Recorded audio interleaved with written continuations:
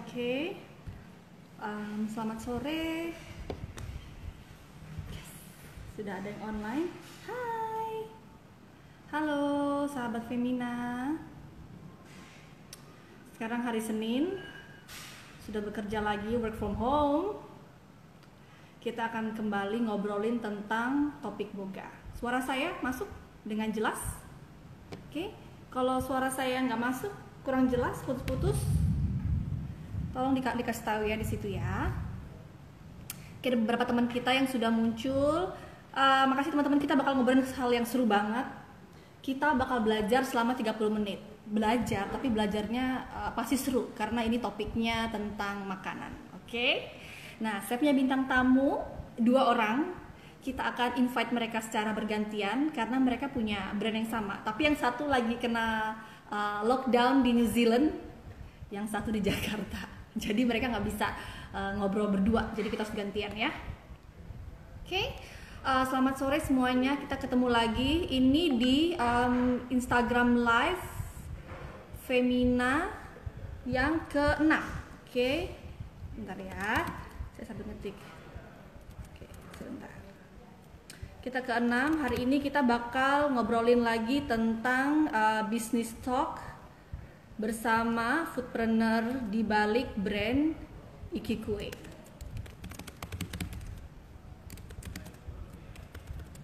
Oke, sebentar ya.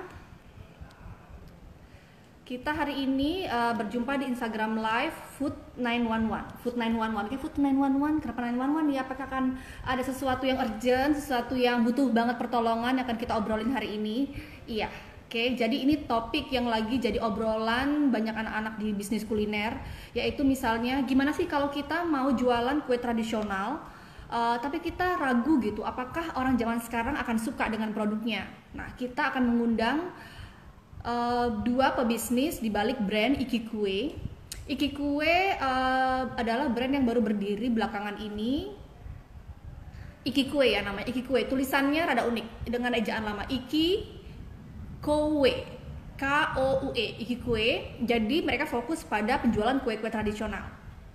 Nah, mereka ini tapi gaya jualannya modern banget. Makanannya juga diberi sentuhan kekinian sehingga sangat relevan dengan anak-anak muda ataupun dengan seusia kita. Jadi kue tradisional tetap mendapatkan sentuhan yang baru dan gak kalah dengan kue-kue asing yang mungkin lebih sering kita lihat. Oke. Di Food 11 hari ini tema besarnya adalah Foodpreneur Talk ya. Foodpreneur Talk. Saya Tria, saya adalah jurnalis boga di Femina. Saya akan selama 30 menit take over Instagram Femina. Setelah itu akan ada 15 menit tanya jawab. Oke. Saya akan ngobrolin lagi bahwa hari ini kita bakal belajar sesuatu yang sangat seru. Nggak ngebosenin belajarnya karena ngobrolin makanan ya.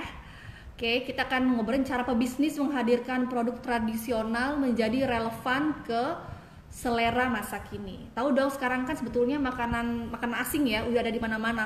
Mungkin kita gampang banget kita kalau mau ke mall atau kita mau buka toko online, gampang banget kita mau cari dessert bule ya, yang banyak krimnya, banyak kejunya atau banyak coklatnya gitu.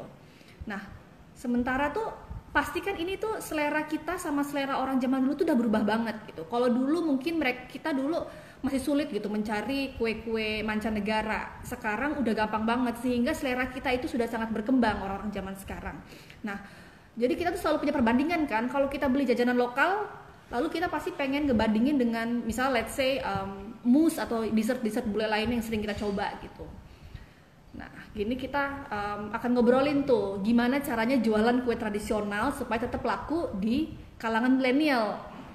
Nah, kadang kan juga sebelum aku mau undang Ikikue, faktor nostalgia itu bisa berperan banget bagi banyak orang agar tetap suka dengan kue tradisional gitu. Misalnya mungkin mengingatkan dia dengan masa kecilnya. Nah, tapi kalau generasi milenial, generasi yang lahir 2000-an, tahun 2000-an akhir gitu, gimana cara mereka bisa suka dengan kue tradisional sementara mereka lahir dengan banyak sekali kafe-kafe kekinian gitu. Jadi mereka nggak punya sisi emosionalnya ya gitu. Kenapa gue harus suka dengan kue lokal? Tapi karena itu nggak nggak membawa nostalgia tertentu gitu. Jadi gimana sih cara bikin kue tradisional tetap disuka oleh kalangan muda? Kita akan ngobrol bersama brand Iki Kue. Ada dua wanita, satunya yang ngurus marketing yaitu Karin Kumarga, satunya lagi Laura. Laura berperan sebagai pencipta resep di Iki Kue. Jadi dia kokinya, dia yang kebagian pusingnya. Kalau si Karin bilang oke, ternyata di market, di pasar mereka lagi sukanya rasanya begini, tampilannya gini, harus instagenik.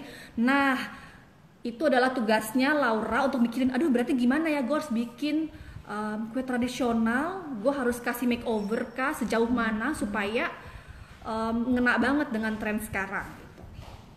Saya mau invite Iki Kue, oke? Dari sini siapa nih pebisnis kuliner yang lagi nonton? Pebisnis kuliner, jadi jangan takut, kue tradisional selalu akan disuka ya, tapi ada caranya. Kita belajar dari Iki Kue. Aku sudah mengundang Karin. Oke, yang tanya-tanya boleh banget, nanti pertanyaannya akan dicatat oleh adminnya Femina. Jadi misalnya kalau ada yang nanya selama 30 menit pertanyaan, itu kok pertanyaan gue dicuekin gitu, nggak dijawab, nggak dibaca sama hostnya, sama Tria, tenang, sudah ada yang mencatat. Nanti kita akan menjawabnya di akhir acara, oke? Jangan marah. Lalu kalau yang bilang hello, kalau ada hello nanti tangan saya gini ya. Takutnya nanti si Cik Karinnya lagi ngobrolin marketing, kita jangan ganggu dulu. Aku akan kalau ada yang hello kan, hai. Hai. Apa kabar? Baik, apa kabar tuh ya? Baik ya. Oke, sebentar. Wah, udah lumayan banyak nih. Lagi Cik Karin lagi di New Zealand ya? Iya, aku lagi terkena lockdown, tapi untungnya semuanya sehat di sini. Semoga kamu juga sehat-sehat aja ya. Dan semua yang lagi nonton sehat-sehat selalu. Ya. Kita seperti IG live tayangan film Korea apa bagaimana ini? Harus ini dong, harus siap. Ini bukan drama Korea, ini obrolan bisnis. Oke, Betul. nah terakhir di Jakarta kapan dong? Terakhir di New Zealand udah berapa lama kena terkurung di sana? Di sini lockdownnya udah sekitar hampir 3 minggu. Jadi aku sebenarnya harusnya pulang besok. Tapi pesawat aku di cancel dan ternyata udah 2 kali di cancel. Jadi karena airportnya banyak yang tutup gitu, jadi nggak bisa pulang. Bukannya nggak mau pulang, Tapi produksi tetap dapur yang penting tetap jalan Iki Kue karena ditangani oleh Laura ya. ya karena jadi aku urus semua marketingnya sementara ya dari sini. Dan untungnya partnerku di Jakarta kan di Tangerang, jadi Laura standby untuk handle produksi sama pengiriman-pengiriman sih gitu. Oke. Jadi Iki Kue ini teman-teman mungkin udah ada yang langganan, tapi mungkin juga ada yang baru dengar Iki Kue ini memfokuskan diri pada penjualan kue-kue jajanan lokal ya, kue tradisional gitu. Tapi karena aku juga pelanggan, jadi kalau kita pesen kue-kue dari mereka ini, jadi kemasannya keren banget, kemasan kotaknya, grafisnya kekinian banget gitu, warnanya juga warna masa kini, dan tentunya produknya juga sangat higienis ya. Jadi karena mereka juga punya dapur yang modern, sehingga resep-resep tradisional itu bisa benar-benar diproduksi oleh standarisasi higienis yang itu ya, yang cukup baik. Gitu. Betul, Tokonya ada di betul. mana? Mana tokonya? Saat ini pusat produksi kita adanya di BSD, di Serpong. Tapi outlet pertama kita itu adanya di Neo Soho, di dalam food hall Neo Soho. Oke. Dan ya, jadi saat ini ada 2 tempat untuk supply kue-kue, dan semoga bisa nambah lagi ke depannya. Oke. Tapi sebetulnya dengan segala komunikasi online kalian, mau orang mau mesen online pun gampang banget kan? Tanpa Iya, harus sangat pergi ke mudah. toko fisik. Iya, betul. Sangat mudah karena kita setiap hari ada 2 kali pengiriman ke Jakarta dan Tangerang. Jadi karena pusat kita di Tangerang juga, jadi sangat gampang banget kalau untuk orang-orang daerah Serpong Tangerang untuk order ke kita. Dan kalau ke Jakarta pun ya pasti karena tiap hari kita keliling Jakarta, jadi otomatis kita bisa antar sampai ke rumah masing-masing gitu. Oke. Mm-mm. Jadi kue ini kan didirikan oleh Karin dan Laura berapa tahun yang lalu ya? Kira-kira brand ini berdiri. Kita berdiri itu tahun 2016, jadi Januari 2016. Udah baru 4 tahun ya bayinya. Oh oke, tapi toko di Neo Soho itu dibuka belakangan ini kapan itu ya? Eh, di Neo Soho itu baru buka bulan November, November tahun lalu 2019. Jadi baru banget itu 4 bulan ya, sekitar 4-5 bulan. Mm-mm. Selama ini memang tunggu, kenapa akhirnya buka toko fisik sih? Sebelum kita masuk ke pertanyaannya, tapi kenapa sih dibuka toko fisik akhirnya? Hmm, karena makin banyak demand untuk orang mau cobain icip-icip gitu. Um, dan kemarin itu kita kan memang baru launching produk baru juga. Jadi namanya Cenal Cenil. Jadi itu sebenarnya konsep baru untuk snack tradisional, cemilan tradisional. Jadi sebenarnya konsepnya itu kita kayak segala macam cemilan tradisional seperti kue sawut, biji salak, yang cenil itu cenil ubi ungu, jagung, itu kita display ada sekitar 20 sampai 25 item dan itu konsepnya customer itu bisa pilih sesuka hati. Jadi mereka bisa campur-campur. Nanti mereka mau campur getuk sama lupis sama bubur Jawa atau bubur kayak bubur sumsum putih gitu. Terus nanti ditambahin Oh, nougat, cornflakes gitu. Jadi something yang maksudnya tradisional tapi kekinian gitu. Dan itu kita lihat uh, kayaknya bisa masuk konsep untuk di mall gitu. Dan itu makanya kenapa kita akhirnya memutuskan untuk coba buka di mall gitu. oh, jadi kayak kayak bar ya. Jadi kita bisa mix and match. Pengen Betul, bubur sumsumnya sama biji salaknya, jadi kayak bar gitu ya. betul. Jadi kayak ya cemilan bar untuk kue-kue tradisional gitu dan campurannya pun sesuai selera gitu. Jadi ada menu-menu tertentu yang sudah kita tentuin. Misalnya kayak kolak pisang bongko gitu, itu udah ada isinya yang memang sudah kita tentuin sesuai standar. Tapi kan nggak semua orang mungkin suka. Jadi ada yang nanti mau ditambahin jagung manis ke, atau mau ditambahin cendol, atau mau ditambahin ketan hitam. Itu bebas gitu dan bisa ditambahin juga es krim dan es krimnya pun tradisional. Jadi es krim duren sama es krim alpukat gitu. Jadi semua serba tradisional. Hmm. Tapi ini sebelum aku malah banyak penasaran ya. Kamu sebetulnya kan kamu tuh keluargamu punya bisnis restoran sangat besar ya. Aku nggak mention brand, tapi besar banget. Ternyata ngurusin kue kecil itu tantangannya banyak banget nggak sih? Kalau keluargamu punya restoran gitu, restoran tradisional. Ternyata Aduh, lu remote ya malah ngurusin yang kecil gini gitu. Di luar dugaan nggak? em, gimana ya? Sebenarnya usaha bisnis itu kan kecil besar tantangannya sama menurut aku ya. Em, tapi memang memulai sesuatu dari nol itu kan ya tantangannya jauh lebih sulit gitu menurut aku. Dan ya berdasarkan pengalaman sih eh, nggak mudah nggak mudah lah gitu. Walaupun udah ada background usaha kuliner pun tetap tantangannya banyak sekali gitu. Dan ya memang harus dijalanin aja sih gitu. Dan ya bersyukur 4 tahun ini sih perjalanannya walaupun banyak tantangan, tapi ya banyak juga yang bikin seneng juga gitu.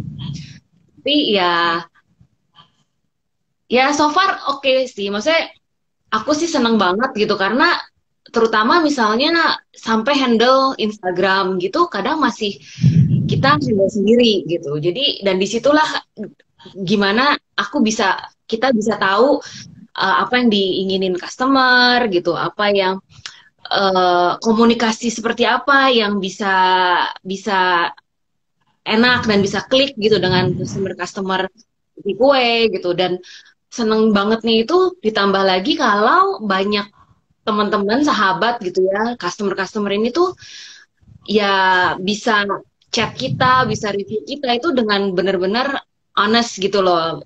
Jadi nggak kita bayar atau gimana, tapi mereka benar-benar kayak seneng banget gitu bisa bisa post post apa produk kita kayak gitu-gitu sih. Oke, sip. Jadi bersama Karina kita akan ngobrol ini tentang marketing insights ya. Nah, ini kan sebetulnya tuh toko pastry itu banyak banget. Toko-toko pastry asing tuh mendominasi lah kalau kita ngobrol di Jakarta. Penggemarnya juga jelas ada. Nah, kenapa sih kalian justru mengembangkan sebuah brand yang jualannya justru barang yang relatif baru bagi kalangan milenial ya. Kita nggak bicara mungkin generasi yang lahir 70-an, 80-an, tapi bagi kalangan milenial ini justru hal yang baru gitu karena mereka lahir dengan di tengah serbuan pastry dessert barat gitu. Kenapa sih malah dia ngambil tantangan ini gitu?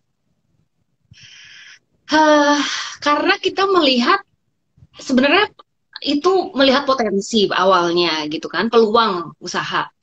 Tapi di satu sisi juga sebenarnya kayak apa ya, beban moral juga gitu loh. Kok kita orang Indonesia, anak muda, eh, nggak, ya maksudnya nggak mau melestarikan makanan Indonesia gitu. Ya kenapa enggak gitu, dan ditambah dengan saya lihat ada peluang, kita melihat ada peluang usaha ini dan kayak menarik gitu untuk dijelajahi gitu. Jadi awal mulanya sih sebenarnya lebih lebih ya melihat dari sisi bisnis dan juga Panggilan ya. panggilan gitu, panggilan ditambah memang kan background keluarga juga kuliner Indonesia kan, jadi secara nggak langsung udah dari kecil Ya. apa ya, tumbuhnya tuh dengan makanan-makanan tradisional gitu loh, dan melihat usaha-usaha makanan tradisional gitu. Oke. Ci, Jadi maaf Ci, boleh dan hidupnya kesini lagi nggak Ci? Biar nggak nutupin chat. sini, sini. Nah, ya biar nggak ketutupan. Nah, oke. Yes, oke. Lanjut. Sip. Itulah.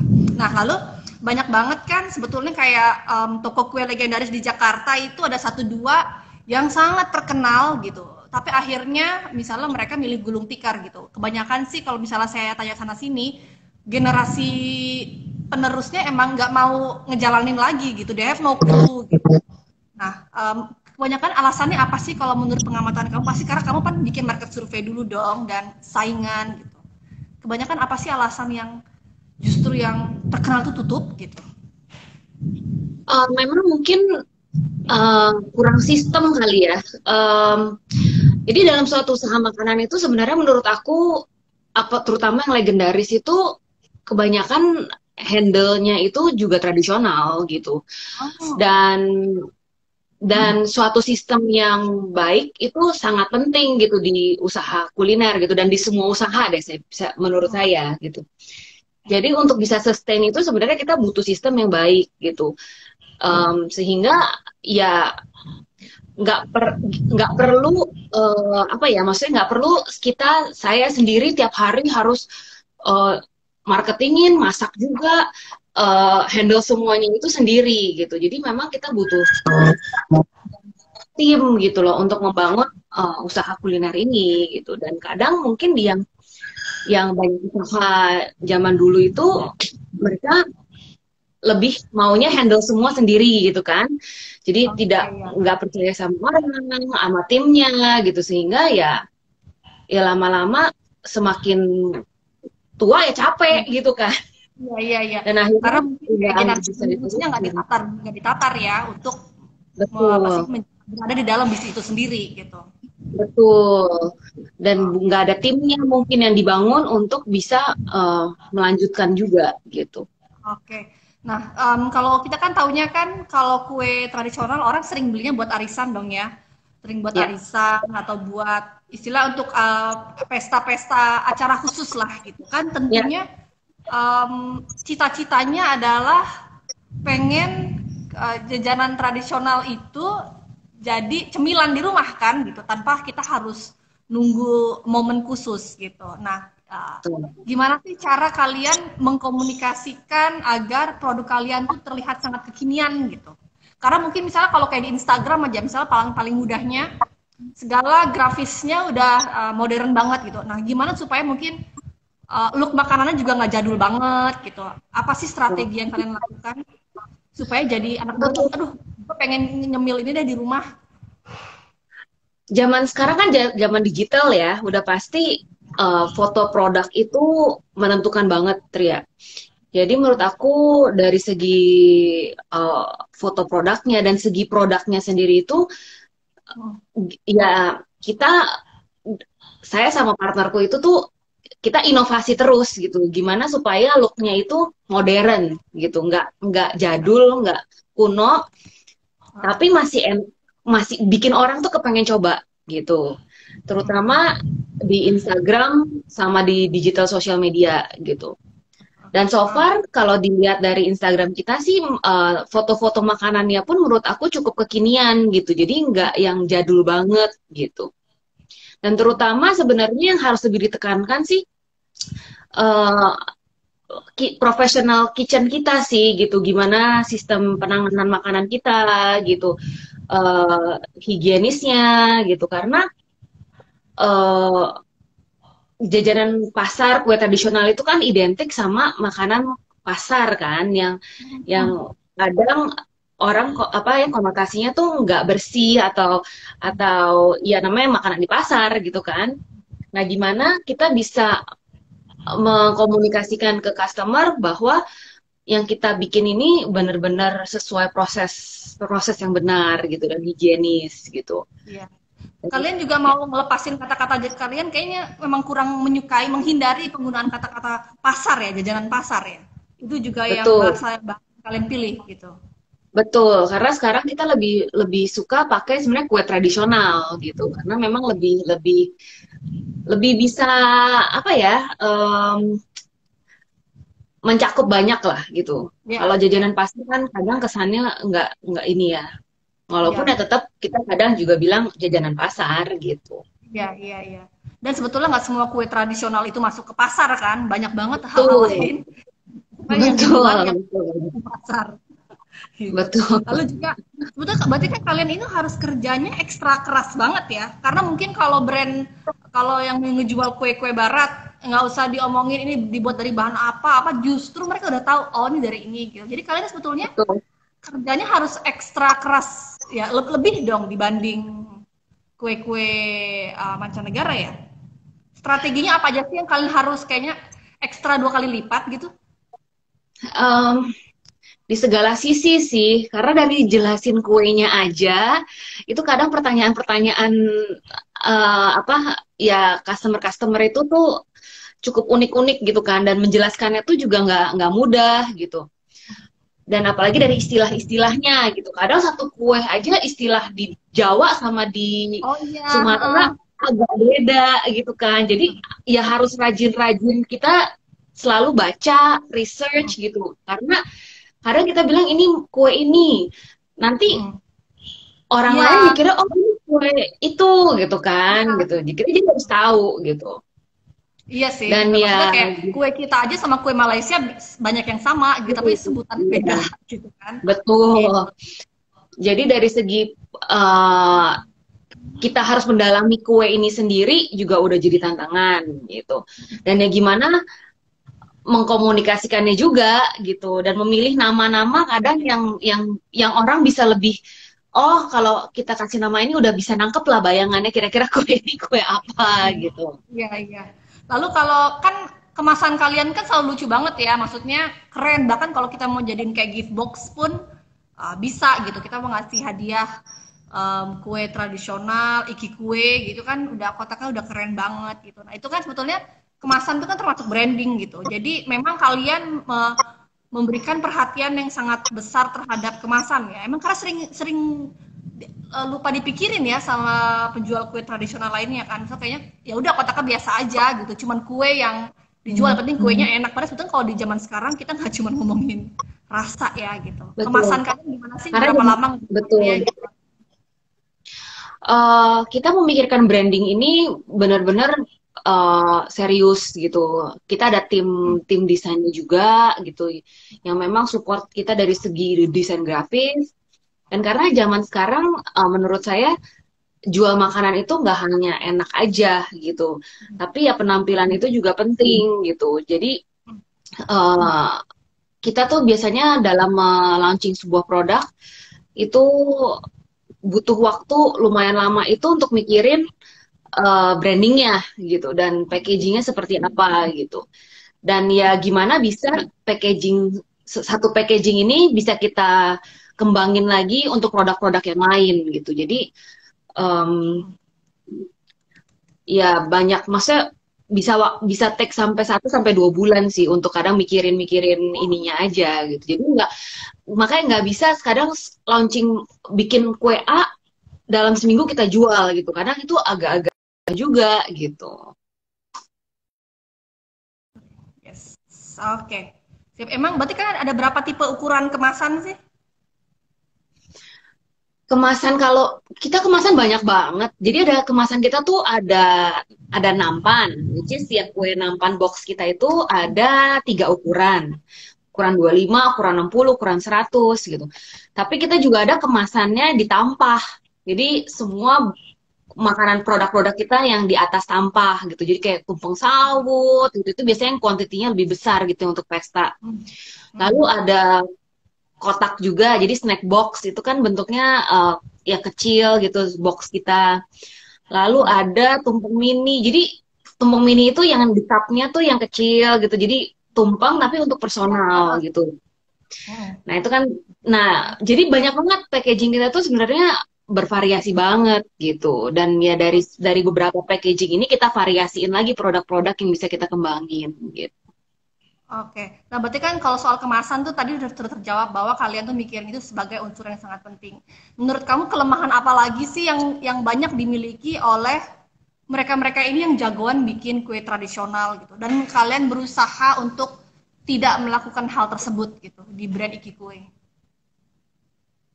Hmm, apa ya sebenarnya menurut aku ya kita selalu cuma berusaha melakukan yang terbaik aja sih gitu.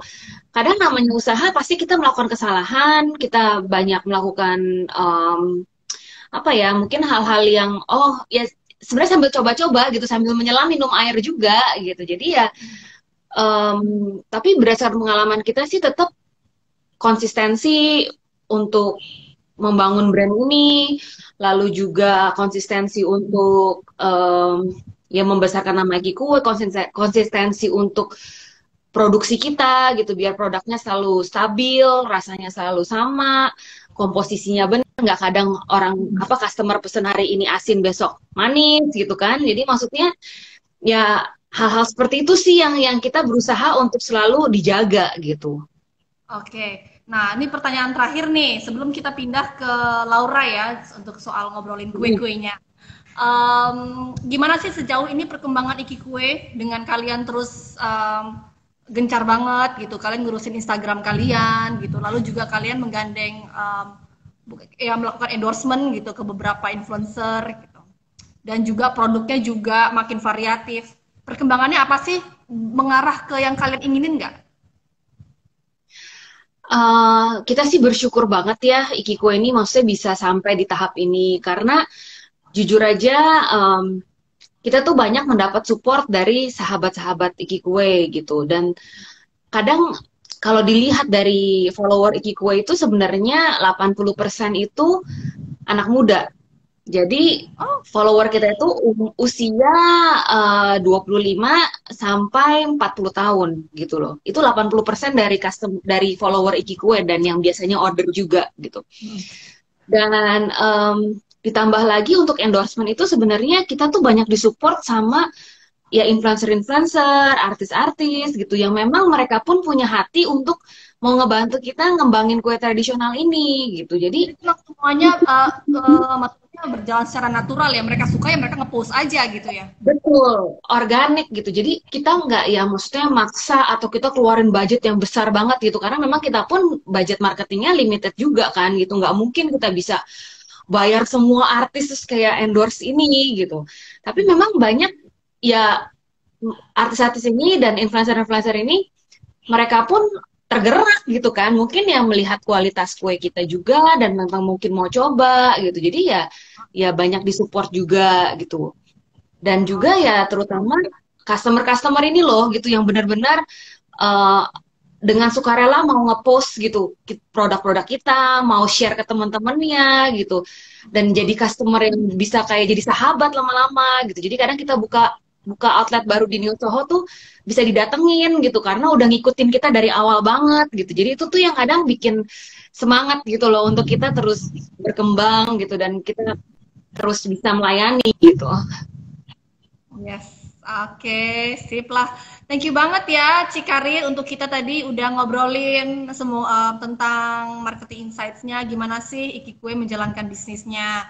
Nah, kita akan ketemu lagi nanti, aku akan kirim-kirim pertanyaan Q&A untuk di akhir acara. Sekarang aku mau invite dulu Laura ya, kita mau ke dapurnya Ikikue ya. Thank you ya, Ci. Ya. Thank you. Oke. Oke, nah teman-teman tadi kita udah dengerin kan soal bagaimana sih Ikikue itu tetap pede gitu ngejual produknya untuk pasaran masa kini. Kemasannya dipikirin, looknya juga, rasanya juga. Nah kita bakal ngobrolin nih kalau soal rasanya gimana ya supaya rasa kue lokal itu tetap nggak kalah enak sama kue-kue dari luar negeri. Kita akan menginvite lagi Ikikue. Yang datang sekarang adalah kokinya. Nah, oke. Nah, kokinya Ikikue. Siap ya, sebentar ya. Buat teman-teman yang mau ada pertanyaan, silakan dikirimkan. Lewatnya sana, bentar. Lewatnya sana. Oke, teman-teman yang punya pertanyaan, aku akan menjawabnya di akhir segmen ya. Sekarang saya mau mengundang lagi Ikikue. Oke, siap. Kita akan pergi ke dapur Ikikue dan kita akan lihat kue-kuenya. Nah, dapur asli ini adalah kitchen, mini kitchennya. Mini kitchen ya, kita nggak tahu Kak. Hai, nah, hai, tuh udah ketemu sama kokinya ya. Sip. Apa kabar? Lagi di dapur, ini lagi di dapur beneran atau di dapur rumah? Sekarang lagi di dapur beneran. Yang di rumah juga beneran dapurnya. Kirain dapur-dapuran, kayak dapur aku dapur-dapuran. Tapi kemarin kelihatan rak-raknya ya di belakang. Ini sekarang lagi di kantor. Soalnya di bawah Headquarter kitchen di daerah mana? Headquarter kitchen di daerah mana sih? Kita di BSD, tepatnya di Melati Mas. Oke, nah dengan Laura kan yang ngurusin segala resep. Jadi kalau misalnya Karina udah ngobrolin marketingnya, misalnya anak zaman sekarang pengennya lagi suka kue yang warna ini, kue yang bentuknya gini, kue yang teksturnya gini. Nah, kamu yang bertugas untuk menerjemahkan, kan? Analisanya Karina. Sebelum kita pergi ke pertanyaan, mau nanya yang paling laku apa sih? Ternyata yang itu lagi kah? Apa? Yang paling laku itu getuk pelangi kita. Getuk pelangi itu yang dari singkong dan ada kelapanya. Itu kita tidak mengira kalau bakal laku banget sih. Soalnya kan suka kalau orang mikir kue tradisional khawatir sama basi, ya kan? Dan itu penuh sama kelapa parut tuh di atasnya. Tapi ternyata orang suka gitu dengan rasanya. Mungkin kayak lembut-lembut tapi masih ada kelapanya gitu. Dan sekarang ini yang paling laku tuh getuk pelangi. Tapi yang lainnya hampir menyamai getuk pelangi sih sebetulnya. Risoles-nya juga lumayan, iya. Terutama kita paling sering dibeli itu nampannya ya. Dan di nampan itu kebanyakan ada getuk pelanginya dan ada kue macam-macam lainnya. Aku kasih lihat ininya ya, sebentar sekilas ya. Suaranya boleh gedein dikit ya Ci Laura, suaranya besar lagi. Lagi hujan. Tadi mana kuenya kata lu? Kuenya gimana tadi? Lihat fotonya. Lihat foto kuenya tadi yang kayak gimana? Ini, jadi kan kita ada nampan. Nah, ini yang namanya getuk itu biasanya ada di nampan. Tapi kue-kue yang lain kalau sekali beli nampan kan pasti dapat kue-kue yang lain kan. Nah, kebanyakan nampan ini tuh favorit. Jadi mungkin orang senang karena warnanya terus isinya macam-macam kali ya. Jadi senang gitu melihatnya dan pengen coba. Oke. Nah, sebetulnya kalau kamu kan ngurusin kepusingan dapur ya. Nah, kue lokal tuh kan nggak tahan lama. Beda kalau misalnya kue luar negeri, kalau dia nggak tahan lama terbuat dari krim, kita tinggal masukin kulkas, beres. Karena memang kebanyakan harus dinikmati dingin. Kalau kue lokal kan emang suhu ruang, zaman dulu kita nggak punya kulkas gitu. Nah, sebetulnya dari segi produksi, aku sih mikirnya gitu, orang awam kan nggak efisien ya gitu. Jadi gimana sih production efisiensi lah, production efisiensi versi kalian tuh gimana? Oke. Aku jawab production efficiency dari segi dapur dulu kali ya. Dan juga di product efficiency dari customer, kali mungkin gimana caranya nyimpen ini. Kalau untuk produk efisiensi di dapur, itu kita pemesanannya masih H-1. Kalau H-1, jadi kan kita bisa ngira-ngira bahan apa aja yang diperlukan untuk besoknya. Lalu orang-orangnya juga kita masih bisa atur.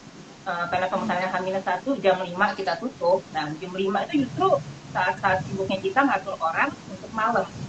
Kita bukanya 24 jam ya. Dalam arti dapurnya buka 24 jam nih, tapi pemesanan kita buka di jam 5. Ya, jadi selain produk efisiensi itu juga time efficiency sih, karena tutup jam 5 itu kita strict beneran ya, jam 5 tutup, jadi kita bisa atur.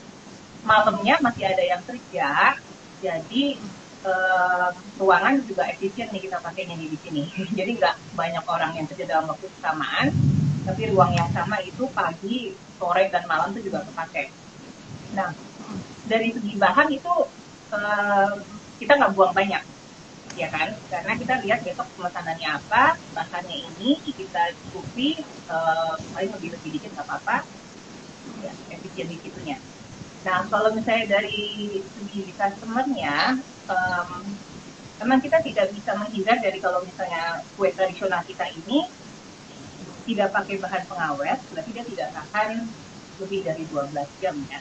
Jadi sebenarnya kalau misalnya sampai ke customer pagi nih, kantor misalnya untuk meeting jam 10, si orang khawatir nih, waduh saya mau makannya sore, malam. Sebetulnya itu masih nggak apa-apa, asal disimpannya di ruangan ber-AC. Jadi suhu ruang kita tuh di zaman dulu tuh beda sama sekarang. Kalau itu suhu ruang pikir kembali ke pasar ya. Itu kan bilangnya jajanan pasar tuh. Beli di pasar, terus habis itu kita simpan di beneran suhu ruang. Nah, ruangan kita kan sebetulnya kalau nggak pakai AC masih panas juga ya. Nah, ruangan yang suhu panas itu malah menyebabkan dia cepat basi. Tapi kalau misalnya kita taruh di suhu AC nih sekarang nih, sampai malam kita makan juga masih nggak apa-apa. Nah, kalau misalnya mau dimakan besoknya, sebetulnya bisa, cuma agak-agak ekstra aja nih ya kerjaannya. Jadi kalau ditaruh di kulkas, besoknya itu sebelum dimakan harus dikukus atau setidaknya di microwave sebentar, sebelum kita masih bisa makan lagi. Mungkin rasanya agak kurang sedikit, tapi nggak apa-apa. Cuma ya ekstra kerja gitu, nggak usah keluarin dari kulkas terus langsung dimakan. Kukus sebentar bisa kok, gampang. Nah, dimakan lagi tuh. Ci, sorry, suaranya boleh besaran dikit ya, karena kita lagi hujan. Jadi suaranya kedekatan dikit aja. Begitulah IG Live ya, seninya IG Live. Suara muncul hilang ya. Tapi teman-teman nggak apa-apa, jangan khawatir. Habis Instagram Live ini tetap bisa ditonton 24 jam di Story Femina dan tetap bisa dilihat selamanya di Instagram feed Femina. Oke? Nah, Laura suaranya akan lebih besar. Aku akan pergi ke pertanyaan kedua. Nah, soal rasa, adjustment-nya gimana sih? Lidah kita zaman sekarang itu lebih maniskah dari orang zaman dulu gitu? Gimana perubahan palet kita ya? Indera cecak kita bagaimana berubahnya, dan kalian adjustment-nya gimana penyesuaiannya? Sejujurnya sih tidak terlalu beda ya sebenarnya. Jadi kita bukan melihatnya dari zaman, tapi kita melihatnya dari lidah orang kayaknya. Jadi mungkin yang bilang dulu lebih manis, itu mungkin dari orang dari daerah tertentu, kebiasaan emang dulunya tuh kayak gini deh. Kalau misalnya makan kue kita sekarang ini nih ya, kalau yang makan orang dari Jawa Tengah, bilangnya kurang manis. Oke, iya. Iya, tapi kalau misalnya ada yang coba dari Sumatera, kalau Padang kan demennya asin-asin tuh. Makan kue kita bilangnya kemanisan.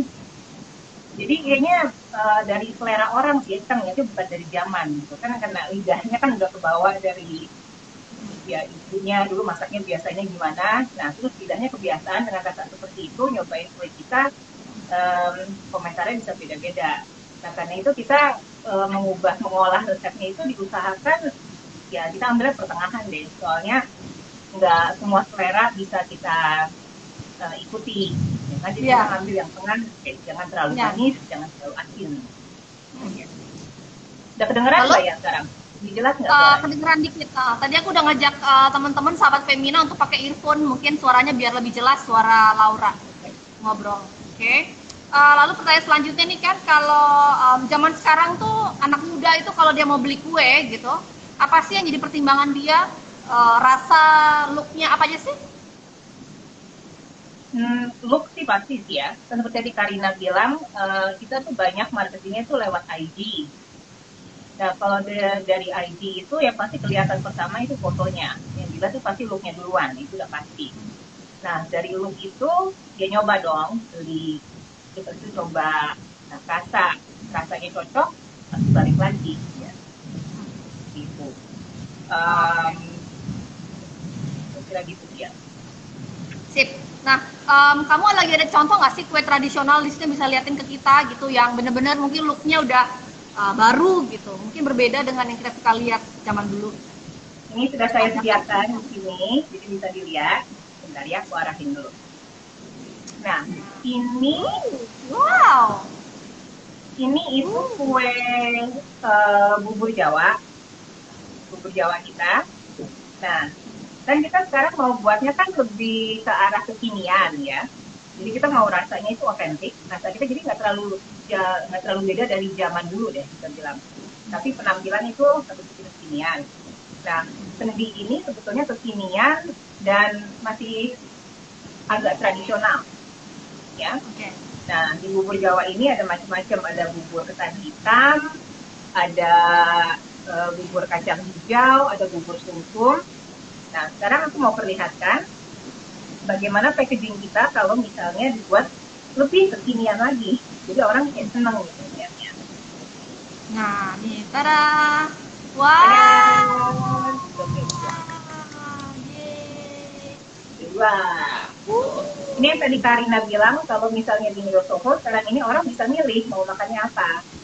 Nah, ini aku kasih contoh. Nah, ini bubur Jawa klasik kita nih. Ya, jadi ada bubur sumsumnya, ada bubur ketan hitam, ada bubur kacang hijau, ada cemil, ada pisangnya. Nah, kalau ini kan lebih praktis kan? Ya, jadi pasti customer lihat. Kalau mau makan sambil jalan ya, sambil lari-lari. Atau makan di mobil, gampang banget. Iya, karena kita kan sekarang emang selalu kayak dikejar-kejar waktu gitu ya. Ini bukan sekarang, ya. Jadi kita kayak dikejar-kejar waktu gitu kalau kita kemana-mana. Itu gampang gitu dibawanya. Dan kalau misalnya mau milih menu lain, jadi kan kalau bubur Jawa itu semuanya dicampur nih jadi satu. Tapi misalnya saya nggak mau bubur ketan hitamnya, saya mau isinya. Kalau di Neo Soho itu bisa milih. Kalau di sini juga bisa pesan sama sih sebetulnya. Jadi kalau saya mau bubur sumsum, mau bubur mutiara saja, dan mau cenal, ini apa namanya kita bilangnya, cenal cendangnya ya, jadi salak, kadang-kadang orang bilangnya juga, itu bisa. Jadi terserah selera customer gitu, maunya apa. Oh iya, ya tadi yang tadi Karina bilang cemilan bar ya? Yes. Oke. Lalu sekarang kan di zaman orang kan sebetulnya udah sulit jalan-jalan kemana-mana, mereka pengen delivery nih, lagi corona-coronaan ini ya. Nah, sebagian kue-kue kalian tuh ada yang bisa dibekukan nggak? Jadi misalnya orang kalau memesan gampang gitu. Gimana kamu sebagai koki bikin apa yang bisa dibekuin? Kalau misalnya mau beli kue beku, di sekarang ini kita bisa ya. Memang sekarang ini kita memikirkan banyak orang yang di rumah nih. Kalau misalnya sebelumnya mau pesan 1-2 piring di Neo Soho itu kita bisa langsung grab aja cepat. Sekarang mungkin nggak bisa. Dan kalau bolak-balik kan juga ribet ya, misalnya mau 2 biji aja. Jadi sekarang kita ada packaging, per satu packaging itu ada 10, ada stoller yang bisa kita frozen, pastel bisa kita frozen. Jadi beberapa kue itu yang kita bisa frozen, sekarang ini kita berikan ke customer, pilihannya bisa dalam bentuk frozen, jadi di rumah bisa disimpan dan digoreng atau dikukus sesuai selera dan waktu yang iya. Iya. Nah, sebetulnya kan kita memang harus mengikuti sekarang ini nih ya, keadaan yang seperti ini dan ini yang enak. Ya kan sebetulnya banyak banget yang inovasi-inovasi yang dilakukan oleh Iki Kue. Nah ini pertanyaan terakhir nih, aku aku mau dong, bukan pertanyaan ya, aku minta tips nih, kamu harus itu dong minta semangat gitu buat anak-anak muda. Kadang kan sekarang kan banyak banget koki muda yang dia nggak pengen menjalani kue tradisional karena satu dia mungkin kira nggak ada peluangnya gitu, dan dia melakukan hal yang itu lagi gitu, lalu dia akhirnya terjun ke pasar mungkin yang sudah sangat oversaturated gitu. Nah ini kan kue tradisional masih jarang banget pelakunya gitu. Apa saja sih potensi dari kue tradisional ini bisa banget kan dikembangin? Konten dari segi produksi, sebetulnya kue, kalau bisa dibandingin sama kue dari luar ya, yang dibilang kayak detailnya banyak, ininya banyak, itu di kue kita tuh juga bisa dipelajari loh. Kalau misalnya kamu mau mulai mendalami tentang kue tradisional kita, itu sangat menarik sekali. Kita punya tepung itu macam-macam banget, ada tepung beras, ada tepung tapioka, dari singkong, dan kue kita itu benar-benar mewakilkan Indonesia, hasil pangan Indonesia. Ya, jadi yang perlu dikembangkan tuh sekarang benar, kita tuh harus mewakili keragaman pangan di negara kita sendiri dan kita bawa keluar, diperkenalkan lagi ke orang. Kita seharusnya tuh bangga. Nah kalau misalnya kita udah punya rasa bangga itu di diri kita, pasti kita tuh senang untuk memproduksi kue kita sendiri. Ini bawa kue kita, jadi kita harus berani perlihatkan ke dunia luar, ini bawa kue kita dengan segala macam keragaman dari negeri kita sendiri. Dan kalau misalnya udah mulai, pasti kamu gak bisa berhenti deh. Jadi pengen nyoba tuh. Oke. Nah, sekarang kita udah selesai obrolan 30 menit, gak berasa ya? Obrolan 30 menit gak berasa ya? Nah, kita mau jawab, ada beberapa teman-teman yang ngasih pertanyaan. Oke. Jawabannya, ada beberapa pertanyaan. Aku bacain dulu ya. Yang buat Laura. Kue jajanan pasar apa yang gampang dibuat di tengah kondisi saat ini? Misalnya ada teman-teman pengen buat di rumah, tapi pengen bahannya gampang beli di minimarket gitu misalnya. Apa sih yang bisa mereka bikin di rumah? Minimarket ya? Gampang. Ya, nggak minimarket ya, pokoknya supermarket kayak Giant gitu. Tepung ada, pasti gula ada, bolu kukus. Bisa bikin apa? Bolu kukus gampang banget. Kukus. Iya. Selain bolu kukus apa lagi? Kalau aku sih mikirnya lagi di supermarket nih ya, mikirnya bukan pasar. Saya orang pasar, soalnya saya lebih senang ke pasar. Kalau di supermarket itu tapi ubi ada juga sih. Kalau suka kue talam bisa juga. Kue talam ya? Kue talam. Iya, ubi ada bahannya, ya kan, tepung ada, gula ada. Kalau santan nggak ada, kita pakai kara, bisa. Oh iya. Oke. Lalu cetakannya, kan kalau nah ini mau bilang nih, cetakannya kan suka kepikiran nih, cetakan untuk kue talam atau cetakan bolu kukusnya. Kalau misalnya nggak ada cetakan yang plastik, kalau mikir kan suka mungkin kayak gitu, nggak usah. Kalau misalnya pakai gelas di rumah yang bisa dikukus itu bisa.